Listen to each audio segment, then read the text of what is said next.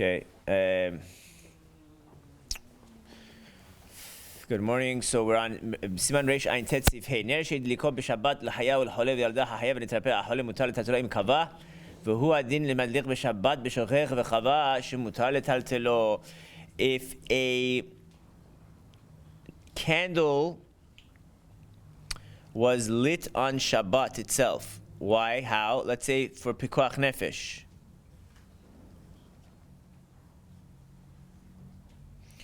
So once again, here it's saying that. Let me read Mishna Berura here. One second. Okay. I think the Mishna Berura understands this to be saying that.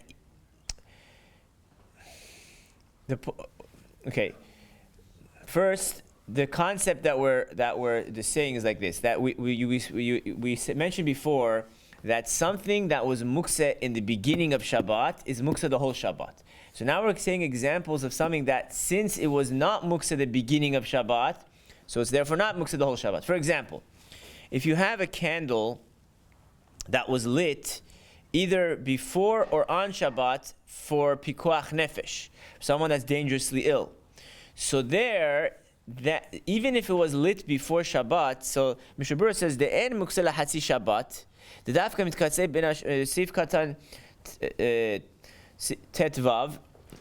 The end says the dafka mitkatze ben Shabbat dehush b'ad kinsat Shabbat u'damer dekse lechol Shabbat v'hashikava. אבל לא בזה שאתה אומר שבת, להלה שיש בו סכנה, דשאר מותר מתחילת שבת לטלטלו. לא תכסה לכל שבת, להש תפר ההולה, אלא זמן שהוא דולק בלבד. So he says, he says, even if it was lit before Shabbat, the reason why it's not considered muksa beginning of Shabbat is since it was lit, it's lit for a person who's dangerously ill, and therefore you were allowed to move it the entire time, if necessary for the one that's sick. So therefore, it's not mukse. That means that the moment that the candle turns off, you're allowed to move the candle. Why? Since it was not mukse when Shabbat started. Interesting. Since it was lit for someone who's sick, that's dangerously ill. So we say that it's not. It doesn't have to say. Okay, and then it says v'kol sheken. All the more so, im hudlak b'Shabbat gufa. If it was lit on Shabbat itself, for someone that's needs that's pikuach nefesh sakana. So then, all the more so, since it was not even on when Shabbat started, it's for sure not going to be muksa the entire Shabbat. So the rule is, like we said, if it was on when Shabbat started, and it was therefore in a regular case where it's there muksa the beginning of Shabbat, so then even when the fire turns off, we said that it stays muksa the entire Shabbat. But here we say not, like we said, since it was not muksa. Fine. Tet Zayin. When the Mishna Shulchan Aruch says that you're allowed to move the candle after it turns off, of course, it doesn't mean you can move it for. It means you can move it if you need its place or itself for some meaning. They say it's the point is that it has the status of a kli shemlachto leisur, which can be moved in either guf or makomo. Okay, Yud Zayin. V'hu adin, okay, so the Shulchan Aruch says also that if let's say a person accidentally turned on a candle on Shabbat, so there too, once it turns off, you can move it because it was not muksa at the beginning of Shabbat. So it says, right?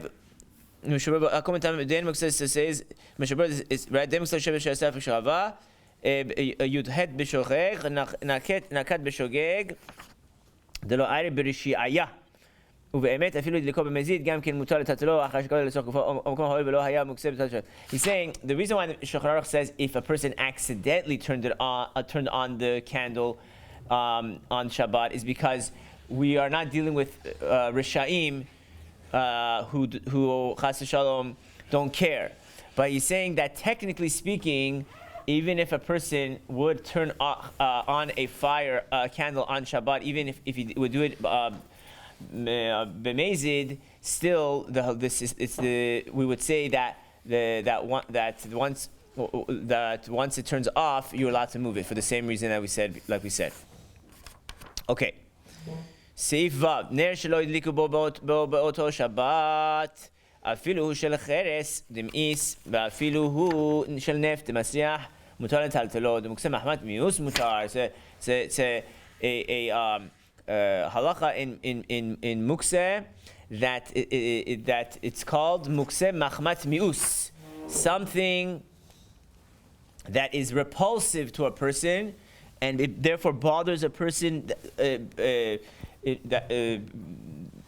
when it's in front of the person. So you're allowed to move it. This is a similar concept to graf shel re'if. Something is very disgusting that in the room, so the hachamim allowed you to move it. So here it says, therefore, a candle that was not lit on Shabbat, says even if it's repulsive, like it's made of earthenware, and even if it smells, you're allowed to move it. Says it's Mishna Berura Siman. Even though it's a kli shemach lisur, like we said, you're allowed to move for tzorch gufo mekomo. Chaf mutar ho'il ve'ikal l'tot kli alev v'chazal sei be'mana. Even though it's disgusting, so you're going to say, what do you mean? If it's disgusting, I have no use for it. It says no.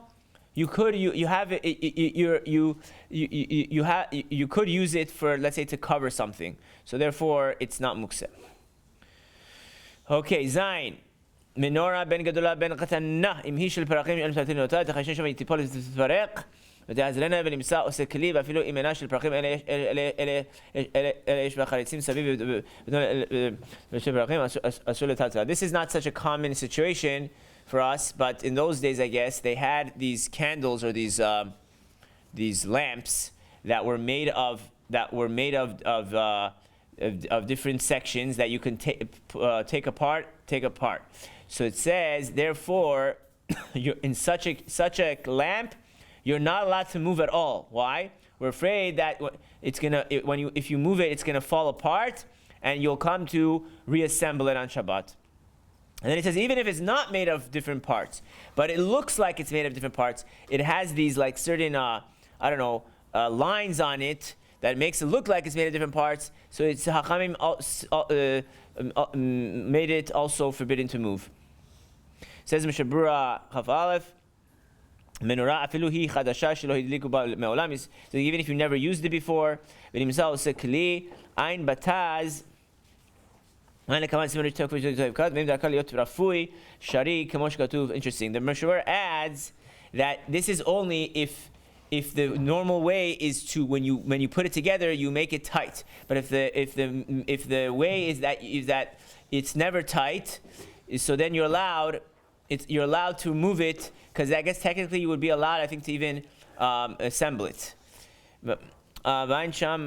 Right? Okay. That's one of the halachot general of Shabbat.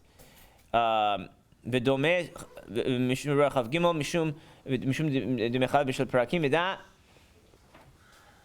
delefי המדבר בסעיף זה אסור לטלטל נרות שלנו אף שלא הדליקו בו מעולם דהרי הם העשויים של פרקים השתו בזמן בדרך שלא יעושים. Okay, he's saying according to what we said that you're not allowed to move the lamps that we have, our lamps. Okay. Siman Reish Pei. תשמיש המיטה בשבת. ובואו בית סעיפים. תשמיש המיטה מתענג שבת הוא, לפיכך עונת תלמידי החכמים הרביעים מליל שבת לליל שבת. So this is also based on a Zohar that marital relations is actually part of owning Shabbat, and therefore Talmidei Hachamim, specifically, they usually abstain from marital relations during the week. And only they only have only on Shabbat they have relations, and if according to the Zohar, like I said, that's the best time to bring down the holy neshamot. Says the Mishna Berura Aleph. V'yeh zahir l'chayim monato. V'mitzvah le'echol shum erev Shabbat b'leil Shabbat v'odin shar dvarim harabim zera. It says it says that that there's a mitzvah for this reason to eat things that help increase the zera seed, and it says therefore there's a mitzvah to eat garlic. Garlic is the seed. I guess, okay. But then the Sefer Chassidim says that actually raw garlic actually takes away desire. So therefore, actually, it says the roasted or cooked, maybe roasted garlic that increases zera. Also, things that are salty takes away the zera. And so too, legumes take it away. And cooked lentils, when they're not salted, they increase. This is all for, obviously, the point is that for those that are married, this is what you should, or meaning married, the people should be eating the ones that increase, and maybe the non-married should be not eating that, and maybe eating the ones that decrease. Bet. Saying these are only the ones that are healthy. Okay, bet.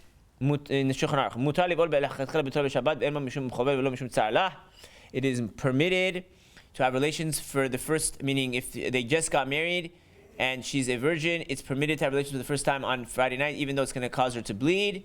There's a whole sugya in Masechet Ketubot. Says the Mishna Berura. And it's saying that it's not a problem of causing a wound, and it's not a problem of causing pain. Says Mishna Berura, Mishum Chovel, Seif Katan Dalet, the dam mifkad pakid, daynu shedam betulim enu muvla bechotrei betarehem ela kanusu ksham kemufkad umusna betoch hakli ze betocho sheyetzeh adam mitocho. Okay, I don't know if we go into the details here, but basically, the way it works, the Gemara says, is that the reason why it's not a problem of making a wound on Shabbat. Oh, I skipped a Mishna Berura Gimel. I'm sorry. Of course, this is besides the fact that the mitzvah on the night after the woman goes to the mikveh, the mitzvah to have relations. Okay, this is more. It's very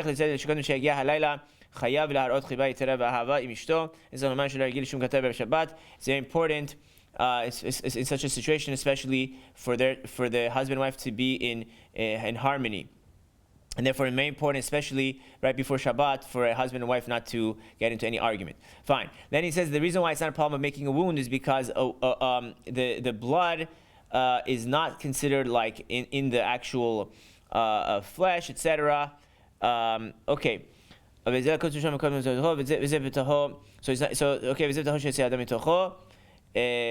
והנה יש אומרים אוקיי, ובמקום שיש המנהג להקל להם, על תז כתב, הלי לעשות איסור בזה, ובברר שמעתי שחסידים גאוני עולם נהגו לעשות יותר בזה, על כן נחשש שחומר וזה כלל, ולכן עולם מנהגתין. So some say that it's better to be machmir, not to do this, but it says, the Taz says that's no, it's okay. ואין לכמן סמר שם לנותת, סין כפתינות א', מגן אברהם, לכתחילה, ראוי להחדן, ahara chuppah, Yehud Gamur Qadam Shabbat. In such a case, when they got married right before Shabbat, they should do yichud, which means they go in the room together before Shabbat. Why? Some say, that the second step of marriage is called chuppah. Question is, there's a machlok, what is chuppah? So some say chuppah is what we call the chuppah. Some say no, chuppah is when they go into the room together. Meaning, like, many of the weddings, right after the chuppah, they go into a room for a few minutes. So some say that's called chuppah. So according to that opinion, you have to do that before Shabbat, because since you're acquiring her before with the chuppah, and so you're not supposed to acquire her on Shabbat. That's why you should do the yichud room. They should do before Shabbat. Okay, let's go to the next siman. Reish Pei Aleph. Shelo yichra ba'ulecha al ahmadim ba'u seif echad. En lishhot ba'ulecha ahmadim. You're not supposed to bow places that the Chachamim didn't say to bow. So, for example, some people, I guess, had a minhag that when they get to the part, I think this is in Nishmat Kol Hai, that they say, Ulecha levadecha anachnu modim. To you only we thank. Some had a minhag to bow. He says, no, it's wrong. You only haga v'nohagim. Okay, let's see the no Mishna Berura. I think the reason why you're not supposed to bow, what's wrong with bowing? Because once you start making your own places to bow, so you're making it as if everything is just optional. ונוהגים שבשבת מאחרים יותר לבוא לבית כנסת מבחול משום תמיד של ימות החול נאמר בבוקר ואצל שבת נאמר וביום השבת משמע איחור. Says the Rama that there's actually a minhag on Shabbat to start davening later than you do during the week. Why? Because on the weekday korban it says in the Torah baboker in the morning, but by Shabbat it says uvyom Shabbat in the day. So since that implies that you daven later, right? That's what it's saying, right? Because by the weekday it says the mornings, mashma in the early morning, and the Shabbat it says in the day. The minhag is to add mizmorim on Shabbat morning, and anything we usually add on Shabbat. If anything you add on Shabbat, if you didn't say it, you don't have to go back. Except for the one part in the Birchot Shema, if you didn't say La'el Asher Kol HaMa'asim, which is after El Adon Kol HaMa'asim, that if you miss, you have to go back, which you have to see what that means. Go back. And it's a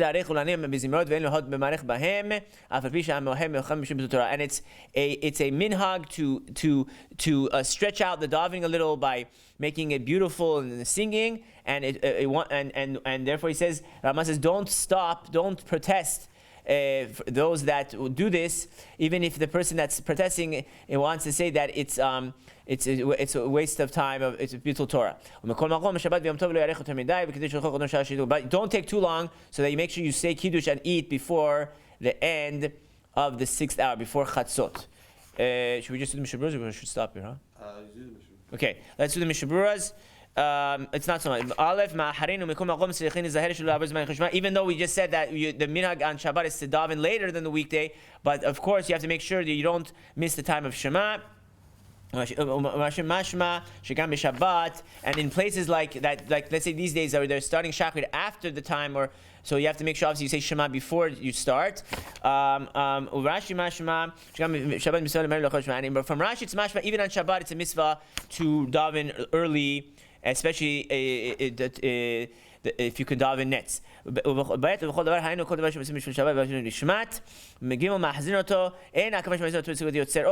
mean if you miss La'el Asher Shavat and you finish the bracha, you go back. No, that's for sure. After you finish Shemona Esrei, you should just say that paragraph La'el Asher Shavat that you missed without a bracha. But the other things, if you skipped, you don't have to make it up. So if you didn't say Hashem's name of Yotzer HaMeorot, then if you remember you didn't say Shavat, so then it's possible that you should go back. Okay? But of course, don't skip anything on purpose, even if your reason is to daven with the minyan. Especially, you shouldn't skip anything in the middle of Birchot Shema. Okay? Be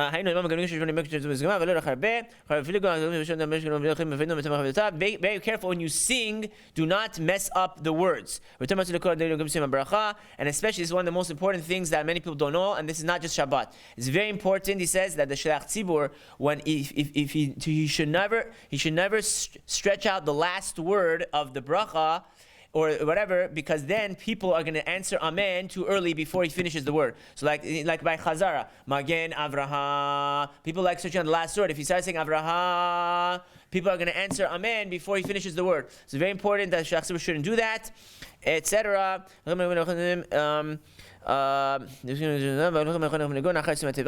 Okay.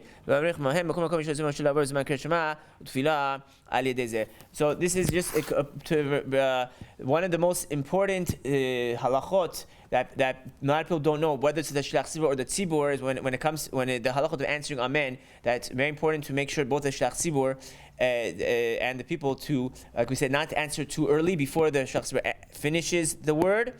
And also not to answer too late, as he mentions, which means you should answer within like a second or two after the Shliach Tzibur finishes the bracha. And the Shliach Tzibur should make sure not to start the next piece, bracha, etc., until the people answer Amen. Baruch Adonai le'olam, Amen, Amen. Hazaku Baruch.